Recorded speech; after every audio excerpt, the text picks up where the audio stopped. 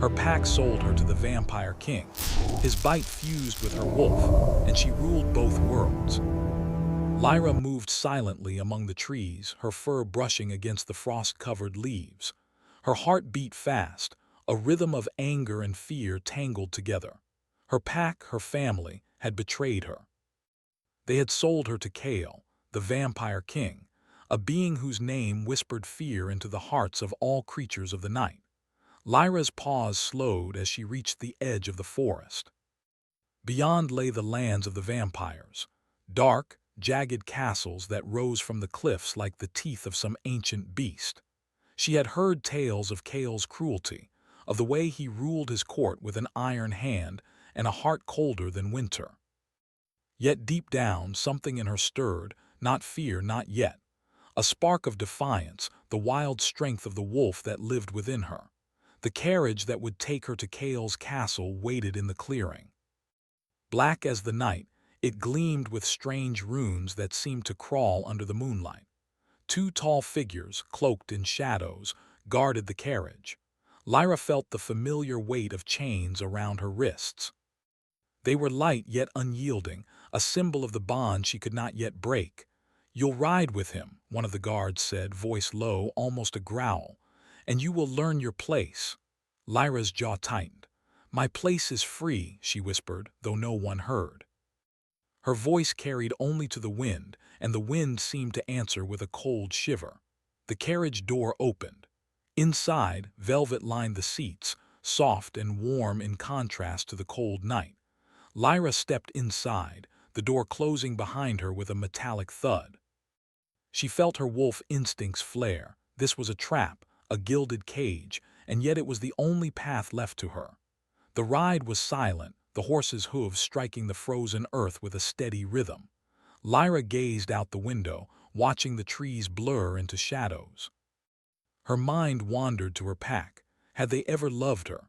Or had they always seen her as a tool, a pawn to trade for power? The thought knotted in her chest, a cold weight she could not shake. Finally, the carriage stopped. Lyra's heart pounded as she stepped out, chains rattling softly. Before her rose Kale's castle, a fortress of black stone and sharp spires, cutting the sky like daggers. The wind carried whispers, or perhaps it was only her imagination, warning her of the trials that awaited inside. Two guards led her through the halls. Torches flickered along the walls, casting shadows that danced like restless spirits. The air was thick, almost alive, and Lyra could feel it pressing against her, testing her resolve. She did not speak, though every nerve in her body screamed in protest. Her wolf growled low in her throat, a warning she could barely contain. At last they stopped before a grand door. Its surface was carved with intricate symbols, each one a story of power, control, and immortality. The guard stepped aside and Lyra entered. The room was vast, the ceiling lost in shadow. Candles flickered along the walls, their light reflected in the polished black stone. And there, seated upon a throne carved from obsidian and silver, was Kale. He rose as she entered, tall and impossibly beautiful, with eyes that glimmered like dark gems. His hair was black as midnight, falling in smooth waves around his face. There was an aura of command around him, a presence that demanded attention, obedience, and yet Lyra felt something unexpected: curiosity, interest. "You are Lyra," he said, voice smooth and dangerous. "The wolf my court has brought me." Lyra's spine straightened. "I am not property," she said, voice steady despite the fear curling in her stomach. "I am a wolf of my own will." Kale's lips curved in a faint, amused smile. "We shall see," he said softly, almost a whisper, though it carried across the room like a blade. "Your wolf is strong, yes, but strength alone does not grant freedom here." He circled her slowly, like a predator studying its prey. Lyra's wolf bristled under his gaze, every muscle tense, ready to strike. And yet something in his eyes unsettled her. There was cruelty, yes, but also depth, pain, perhaps, loneliness, a hunger that went beyond the physical. Kale extended his hand. "Come closer."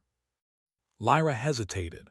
Her instincts screamed to flee, to bite, to tear through the chains and disappear into the night. Yet a part of her, curious, reckless, stepped forward. He stopped just inches from her, and the air between them seemed to pulse. Kale's hand brushed against her cheek, light as a feather, and Lyra felt the bite of something far sharper than steel. It was the weight of centuries, the power of a being who had lived through eons, who had ruled and lost, who had loved and been betrayed. "You are mine, and yet perhaps not," Kale murmured. His fangs glinted in the candlelight. "There is fire in you, Wolf, fire I have not seen in centuries. Perhaps together we will change the world." Lyra's heart raced. The chains around her wrists seemed to hum, alive with the power he exuded. Her wolf stirred, sensing a connection, a bond she did not yet understand. And then, with a swift motion, Kale leaned forward and bit, not to harm but to fuse. Pain flared through her, sharp and consuming, and yet she did not scream. It was as if fire and ice had collided within her veins. Her wolf howled, a sound that rose in her mind and body, merging with Kale's presence. When the pain subsided, she staggered back, trembling, her senses heightened. The world looked different, sharper, darker, alive in ways she had never imagined. She could feel Kale's pulse, his thoughts faintly, like a thread connecting them across the room. Kale watched her, eyes dark and unreadable. "Now you are bound," he said, "not as my prisoner but as my equal, and yet the bond may be dangerous, even for me." Lyra struggled to comprehend what had happened. She felt different, stronger, faster, hungrier for life and freedom. Yet the presence of Kale within her veins made her uneasy. She had not asked for this, and yet part of her longed to explore it, to see how far it could take her. The court outside the room stirred. Shadows moved along the walls, whispering, watching. Lyra realized she was no longer just a wolf of the forest. She was part of a world she had never known, a world of power, danger, and dark beauty. That night she could not sleep. Her mind raced with images of her pack, her betrayal, and the strange, magnetic pull of Kale. She prowled the corridors of the castle, her wolf senses guiding her through hidden passageways and secret chambers. Everywhere she went, she felt eyes upon her, curious, cautious, admiring, and maybe even fearful. Kale found her in the highest tower, looking out over the moonlit lands. He did not speak at first, only watched as she moved with the grace of her wolf form, tail flicking, ears twitching. Then he spoke, voice low, almost reverent. "You are learning quickly," he said. "The bond makes you more than you were and more than I could have imagined." Lyra did not turn to him. "Do not mistake this for obedience," she said. "I am not yours to command." Kale smiled faintly, a mixture of admiration and amusement. "Perhaps not," he said. "But you are mine in ways you do not yet understand." For the first time since her capture, Lyra felt a shiver that was not fear. It was curiosity, a dangerous, thrilling pull towards something she could not yet name. She knew one thing for certain: her life had changed forever. She was no longer just Lyra of the forest. She was the wolf who had tasted the power of the vampire king, and the world would never be the same. As dawn approached, Lyra stood at the tower window, the first rays of light brushing the black stone of the castle. The wind carried the scent of the forest, of freedom, of all that she had lost and all that she might gain. And somewhere deep inside, her wolf whispered a single truth: this bond was only the beginning. The forest beyond the castle stirred, shadows twisting, as if the world itself was waiting. For the wolf, for the vampire, for the union of two beings who had been bound by fate and fire. The first chapter of their story had only just begun. The castle of Kale stood like a shadow against the gray dawn. Its black stone spires pierced the clouds, and the air around it felt heavy with secrets and power. Lyra moved through the corridors with a strange sense of belonging, though her heart still ached with betrayal. Her wolf instincts guided her as they never had before, leading her through hidden corridors, past guards who now hesitated in her presence, and into the heart of Kale's court. The vampires watched her carefully, some with fear, some with curiosity, and a few with admiration. Whispers followed her as she passed, a trail of awe and caution. She realized the bite had changed more than her strength, it had changed how they saw her. She was no longer merely a wolf sold to the vampire king. She was something new, something neither human, wolf, nor vampire entirely. Kale found her in the central hall, where the vampires gathered in their elegant, dangerous dances of politics. The room was filled with candlelight and shadow, reflecting in the polished stone floor. He approached her slowly, every movement precise, every glance commanding. "You are learning quickly," he said, his voice low and magnetic. "Not just control over your new body, but over the room itself. They watch you because they sense it, the bond." Lyra did not meet his gaze. "They do not know me," she said quietly, "and I do not trust them." Kale's eyes darkened, but he smiled faintly. "Nor should you. Trust is earned in my court, and even I am careful." Her wolf growled softly in her mind, warning her, reminding her that even power had its dangers. She was strong, yes, but the court was a place of shadows, and shadows hid knives. Over the next days, Lyra began to explore her powers more fully. Her wolf senses allowed her to detect hidden passages and secret meetings, while Kale's bite gave her strength beyond anything she had known. She could move faster than any vampire, sense the heartbeat of those around her, and even glimpse the faint shimmer of magic that ran through the castle's stones. Yet every time she practiced, Kale was there, watching, guiding, and sometimes challenging her. "You hesitate," he said one evening as she leaped across the courtyard, landing with the grace of a predator. "Do not fear your own strength." "I do not hesitate," Lyra said, though her muscles tensed. "I simply do not trust my instincts yet." Kale's lips curved into a rare, soft smile. "A wise wolf," he murmured. "Yet instincts are often the only truth in this world." Their interactions became a careful dance of power and subtle rebellion. Lyra challenged Kale with questions and ideas, and Kale responded not with anger but with measured tests, pushing her to grow stronger, faster, smarter. Their bond deepened with every exchange, though neither admitted it aloud. But outside the castle, danger was stirring. Lyra's pack, fearful and jealous of her transformation, plotted in secret. They sent scouts to observe the vampire lands, whispering lies and schemes to their allies. At the same time, rival vampire lords sensed a weakness in Kale. He had never taken a wolf into his court, never fused a mortal with his immortality. They feared what the bond could mean, not just for Kale, but for the entire balance of power in the supernatural realms. One evening, as the sky burned with the red light of sunset, Lyra walked along the outer balcony, sensing movement in the forest beyond.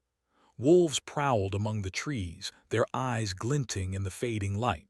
She recognized some, the ones who had been her scouts, her spies. Her heart clenched. "They have come," she whispered to herself, her wolf growling low in her throat.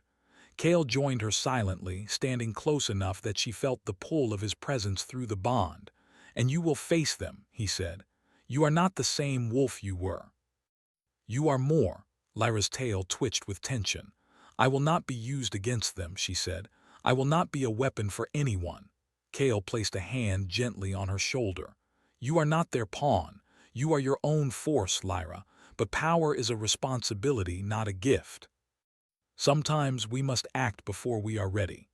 That night, as the castle slept, Lyra moved through the shadows to meet the wolves who had followed her. The air was thick with frost, and the moonlight shimmered off their fur like silver. She confronted them with her new form, the blend of wolf and vampire power making her a creature of awe and fear. "You are not our Lyra," one of them snarled. "You belong to the vampire king now." "I belong to no one," Lyra replied, voice calm but commanding. "I am myself. And you will listen." Her words, her power, and the subtle pulse of the bond Kale had placed in her shook them. They backed away, eyes wide with awe and something like respect. For the first time, Lyra realized that strength was more than teeth and claws. It was the ability to command without fear, to inspire without cruelty. Back in the castle, Kale awaited her return. He watched her emerge from the shadows, eyes sharp with curiosity. "And," he asked, "did you succeed?" Lyra stepped forward, chains rattling softly, though they were now more symbolic than binding. "They will listen," she said, "for now, but they fear what I have become, and perhaps they should." Kale's smile was faint, unreadable, but there was warmth in it, a rare flicker of approval. "Good," he said. "Fear and respect are not the same, but both are necessary. Remember that." The tension between them, unspoken but electric, grew with each passing day. Lyra felt it in her blood, in her wolf, in the moments when Kale's eyes lingered too long, or when his hand brushed hers in a fleeting gesture of control and care. She resisted the pull, afraid of what it meant to trust, to feel something beyond survival and defiance. But the court did not wait for her hesitation. One night, a feast was called in honor of Kale's rule. The hall was alive with music, laughter, and the subtle tension of hidden agendas. Lyra moved through the crowd with poise, sensing every whisper, every glance, every concealed dagger. A rival lord approached her, a vampire with sharp features and eyes full of cunning. "The wolf has changed," he said softly, voice like silk over steel. "The king's new toy or his equal?" Lyra's ears twitched and her wolf growled low. "I am neither," she said firmly. "I am myself, and I answer to no one but my own will." The lord smiled faintly, unnerved by her confidence. "Beware," he said. "Not all bonds are meant to last. Power corrupts even the strongest hearts." Lyra did not reply, but Kale's presence was behind her, a shadow and a shield. He leaned close, voice only for her. "Ignore them," he said. "They do not understand the bond or what we are becoming." The night continued, a dance of politics, whispers, and subtle threats.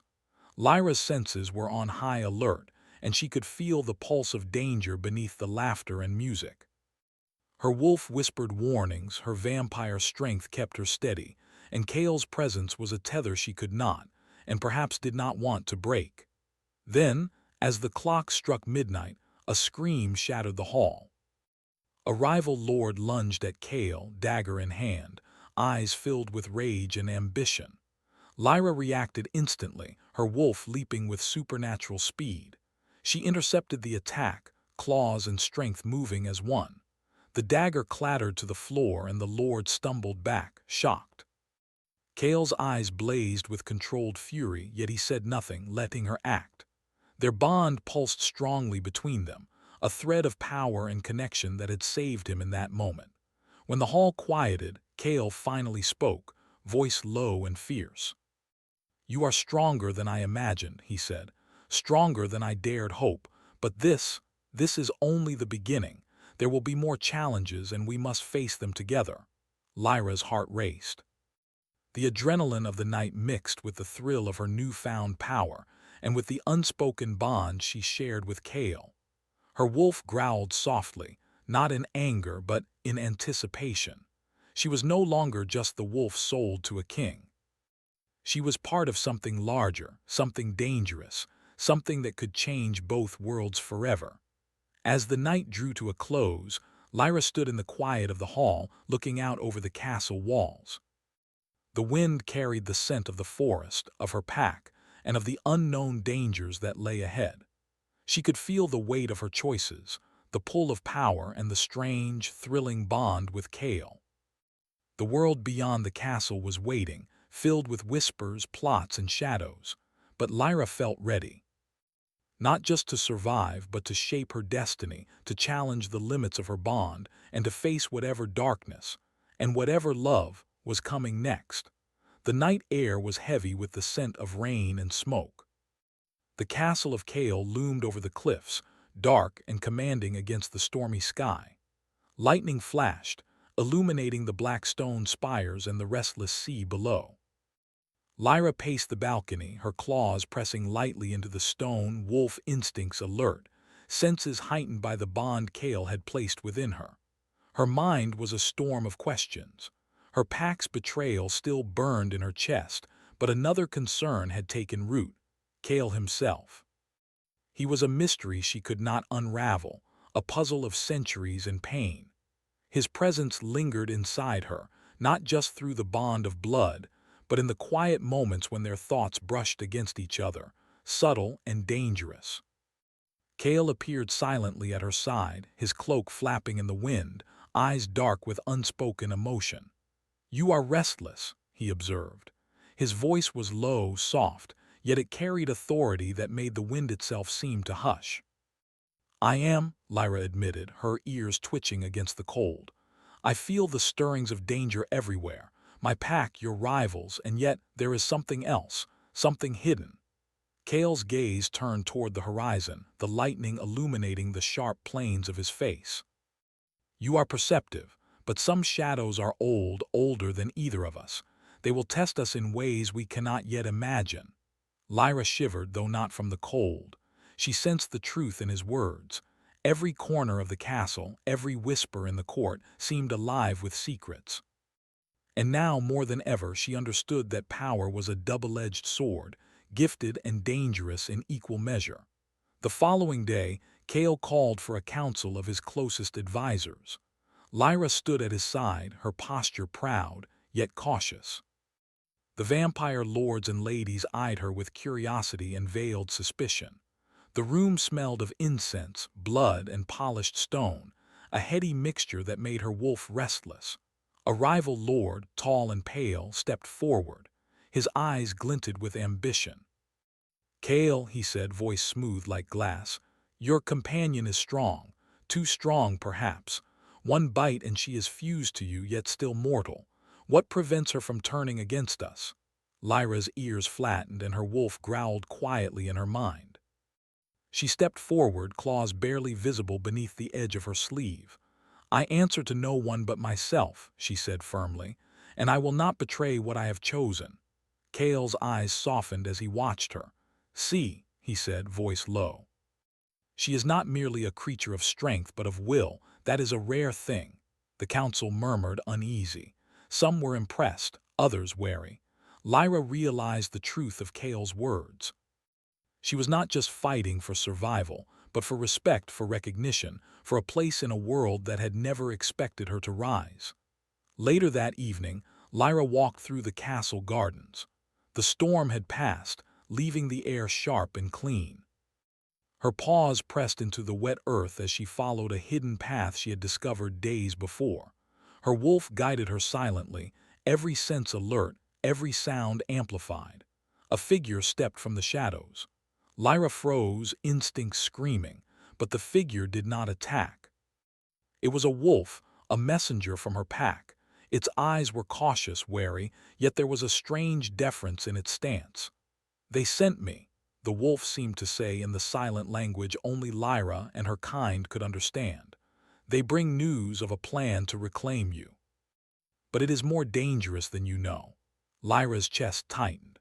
Her pack still thought of her as property, a prize to win or a weapon to use. But she was no longer the same wolf who had fled the forest. Her strength, her senses, and her bond with Cale had changed her. "I am not theirs to reclaim," she whispered, "and I will not allow their schemes to endanger anyone here." The wolf lowered its head, acknowledging her words, then retreated into the shadows. Lyra followed briefly, curious, sensing a path that led deeper into the forest beyond the castle walls. She returned to Cale with questions and unease pressing heavily on her mind. Cale awaited her in the library, seated among ancient tomes and scrolls, his expression unreadable. "You have seen them," he said, voice quiet but carrying weight. "Your pack." "Yes," Lyra admitted. "They are planning something, but they do not know the strength they are challenging, and neither do your rivals." Cale nodded slowly. "Then we must prepare. Not with anger, but with strategy. You are more than a wolf now, Lyra. You are part of the balance between two worlds." For the first time, Lyra allowed herself to look directly at him, to study the man behind the legend. His eyes were dark pools of memory and pain, centuries of loneliness reflected in their depths. "Why me?" she asked softly. "Why bind me to you?" Kale's hand hovered near hers, a gesture of restraint and connection. "Because you are strong," he said, voice steady. "And because you are not afraid, most fear what they cannot control. You embrace it. That is rare." Lyra's heart quickened. The bond between them pulsed, a rhythm she could feel in her bones. It was not just power. It was understanding, trust, and something deeper, something dangerous. She turned away, uncertain how to respond. Days passed, filled with preparation and training. Lyra honed her abilities, learning to control the blend of wolf and vampire within her. She could leap higher, run faster, sense dangers that others could not. Yet, every time she tested her limits, Kale watched with a careful intensity that both unnerved and fascinated her. One night as she practiced alone in the castle's central courtyard, she sensed movement at the edge of her vision. A shadow shifted, a presence unfamiliar yet deliberate. Her wolf tensed, senses flaring. Kale appeared silently, as always, moving closer without sound. "What do you sense?" he asked, voice low, almost a whisper. "Something is coming," she said, her voice steady despite the unease in her chest. "Something older and dangerous." Kale's gaze darkened. "Then we must be ready. Some shadows are not simply threats, they are tests. Of loyalty, of strength, of trust." The next evening, the prophecy revealed itself. In the hidden chambers of the castle, behind ancient stones inscribed with runes, Lyra discovered a scroll that spoke of a union between wolf and vampire blood. The prophecy was clear. Only through their bond could balance be restored between the two worlds. Lyra's breath caught. The weight of destiny pressed on her, heavier than any chain or bite. She understood now that her bond with Kale was not a simple matter of loyalty or survival. It was essential to the future. But with destiny came choices, and with choices came danger. Kale found her in the chamber, standing before the scroll, eyes wide with realization. "You have found it," he said quietly, "the prophecy, and now you understand why our bond cannot be broken." "I do," Lyra whispered, "but I am still afraid, not of you but of what comes next, of the forces that will rise against us." Kale stepped closer, hand brushing hers, and the bond pulsed between them, warm and steady. "Fear is natural," he said softly, "but you are not alone, and neither am I. Together we can face anything." The words stirred something deep within her. Trust, for the first time, began to feel possible. And with trust came another feeling, quieter but no less powerful. Connection, understanding, and the dangerous pull of something that might one day be called love. Before they could speak further, the chamber door rattled. A shadow fell across the stones and a voice hissed from the darkness. "The wolf thinks she is more than she is. We will see if the bond can hold against the fire of truth." Lyra's eyes narrowed. She sensed not just threat but challenge. Her wolf growled low in her chest, ready, alert, and alive. Kale's presence surged beside her, a tether of strength and calm. Together they stepped into the shadow, ready to face whatever secrets and dangers awaited. The prophecy had set the stage, but the dance of power, trust, and destiny was only beginning. And deep inside, Lyra felt the pull of the next trial, one that could test the limits of her bond, her strength, and her heart.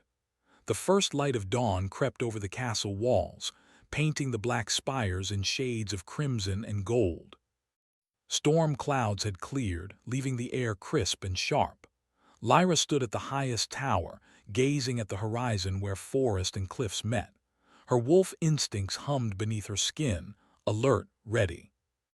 The castle had been quiet since the arrival of the mysterious figure from Kale's past, but the tension was like a living thing, coiling through every hall and shadow. Kale appeared behind her, silent as always, his cloak brushing against the stone. "The hour approaches," he said quietly. "They are gathering their forces, wolves, vampires, and humans who fear change. All will converge here, seeking to test us." Lyra turned, her eyes meeting his. The bond pulsed between them stronger than ever, a rhythm of life, strength, and shared purpose. "Then we face them together," she said, Her wolf growled softly, a warning and a promise. Kale's lips curved in a faint smile, rare and fleeting. "Yes," he said, "together." The castle's great hall was a storm of preparation. Torches burned bright against the walls, casting shadows that leapt like wild spirits. Soldiers, wolves, and vampires moved with purpose, aligning strategies and guarding entrances. Lyra moved among them, a leader in her own right, her strength and confidence radiating in every step. Her wolf instincts guided her to weak points in their defenses, while her vampire senses allowed her to anticipate movements before they happened. She was no longer merely the wolf sold to the vampire king. She was a force that balanced both worlds, a bridge between fire and shadow, predator and ruler. Kale joined her in the center of the hall. "You have grown beyond what I expected," he said softly. Stronger than any bond, sharper than any blade. Lyra's eyes narrowed, determination flashing in them. "I am ready. Whatever comes, I will protect this place and us." The first wave of attackers arrived as the sun climbed higher. Wolves from her former pack charged from the forest, their eyes full of loyalty, fear, and confusion. Vampire rivals advanced from the cliffs, their fangs glinting in the sunlight, eyes cold with ambition. Lyra felt the weight of history pressing on her, the betrayal and the bonds she had forged. Her wolf howled, a sound that carried across the battlefield, and the castle seemed to respond, the stones vibrating, the air alive with magic. Kale stepped forward beside her, fangs flashing as he assessed the oncoming threat. "Remember," he said, voice low, "we do not fight as enemies only, we fight as balance. Our strength comes not from fear, but from control." Lyra nodded. The first clash was brutal, though bloodless. Wolves and vampires collided, teeth and claws flashing, fangs grazing, none seeking mortal harm, but each strike testing strength and will. Lyra moved like the wind, her body a blur of wolf agility and vampire speed. She intercepted a strike aimed at Kale, knocking the attacker aside, then spun to confront a rival lord who had underestimated her. The figure from Kale's past stepped forward, eyes dark with centuries of knowledge and hidden grudges. "So this is the wolf," the figure said, voice sharp as steel. "The one bound to you. Let us see if she can withstand history's weight." Lyra's heart pounded, wolf instincts sharpening her senses. She did not falter. "I am stronger than any past," she said, voice clear, unwavering, "and stronger than any fear." Kale watched her, a mix of pride and something deeper in his eyes. Their bond flared, a pulse that spread between them, amplifying their strength. The attackers faltered, sensing not just power but unity. Lyra and Kale moved as one, a rhythm of predator and ruler, wolf and vampire. Every motion was precise, every strike controlled, every movement a statement of authority and balance. Hours passed in a blur of strategy, strength, and instinct. The attackers were pushed back, not destroyed but restrained, realizing the futility of their rebellion. Lyra's former pack hesitated, torn between old loyalties and awe of the wolf they had betrayed. Vampire rivals retreated, recognizing Kale's unmatched control and the unstoppable force that was Lyra. When the last shadow fled, the castle was silent again. Lyra and Kale stood in the center of the hall, breathing heavily, bodies tense, yet triumphant. The storm had passed, leaving only the light of dawn and the weight of what had been accomplished. Kale stepped close to her, hand brushing hers, their bond thrumming between them like a living thing. "You have done more than survive," he said softly. "You have changed the world." Lyra looked at him, eyes reflecting the morning light, her wolf breathing softly beneath her chest. "We have changed it together," she said, "and I will not let it fall into shadow again." In the days that followed, Lyra assumed her place not as Kale's pawn, but as his equal. She walked among the wolves and vampires with authority, commanding respect not through fear, but through wisdom and strength. Her wolf instincts guided her decisions, while her vampire bond allowed her to understand the subtleties of power and influence. She was no longer caught between worlds. She had become the bridge, the ruler, the protector. Kale watched her from the throne, sometimes silently, sometimes offering guidance, but always respecting the strength she had cultivated. Their bond had deepened, no longer a tether of survival, but a connection of mutual trust, understanding, and unspoken affection. Neither rushed the other, but both knew that the bond they shared was rare and unbreakable. One evening, as the sun set in gold and crimson over the cliffs, Lyra and Kale stood on the balcony of the highest tower. The wind carried the scent of forest and sea, the promise of peace and the memory of battles fought. "You have changed everything," Kale said quietly. "Not just the castle, not just the court, but the balance between worlds." Lyra rested her hand on the railing, her wolf senses alert but calm. "I did what I had to," she said. "But it is not just me. You taught me control, patience, and the strength to face fear without losing myself." Kale turned to her, eyes softening, a rare warmth behind the centuries of darkness. "And you taught me what I had forgotten," he said. "Trust, partnership, perhaps even hope." For the first time, Lyra felt something beyond power and duty, a quiet, steady pull in her heart. She did not name it yet, but it was there, flowing beneath the bond, an unspoken promise that whatever came next, they would face it together. The castle slept beneath them, the halls echoing with whispers of victory and respect. The forests beyond were quiet, the wolves resting, sensing the change that had occurred. Balance had been restored, but Lyra knew that peace was always fragile. Shadows would always test them, and history would always remember those who rose above it. Kale placed a hand gently on hers. "The future is ours to shape," he said softly, "together." Lyra turned to face him, eyes reflecting the colors of the sunset. Her wolf growled softly, a sound of contentment and vigilance. "Together," she echoed. As night fell, the castle glowed under moonlight, a beacon of power, trust, and unity. Lyra stood at the edge of the balcony, Kale at her side, and felt the pulse of two worlds bound in balance. She was no longer merely the wolf sold to a king. She was the wolf who had fused with the vampire king, who had survived betrayal, faced danger, and emerged as ruler of both worlds. And somewhere deep inside, she felt the first stirrings of a destiny greater than any battle, greater than any prophecy. A destiny where loyalty, love, and power could exist not in opposition, but in harmony. The wind carried whispers of change, of hope, and of the bond that had saved not just a castle or a kingdom, but the hearts of two beings who had once known only solitude and mistrust. Together they would rule, protect, and guide the balance between shadow and light, predator and protector, wolf and vampire. Lyra's wolf stirred within her, sensing the horizon and the future it promised. Kale's presence thrummed beside her, steady and unwavering. The throne of two worlds awaited them, not a crown of iron or blood, but a union forged in trust, respect, and the unbreakable bond of two souls who had chosen each other. The dawn broke fully, spilling light across the castle and forest. For the first time, Lyra felt the weight of her journey, the trials she had faced, and the bond she now shared with Kale.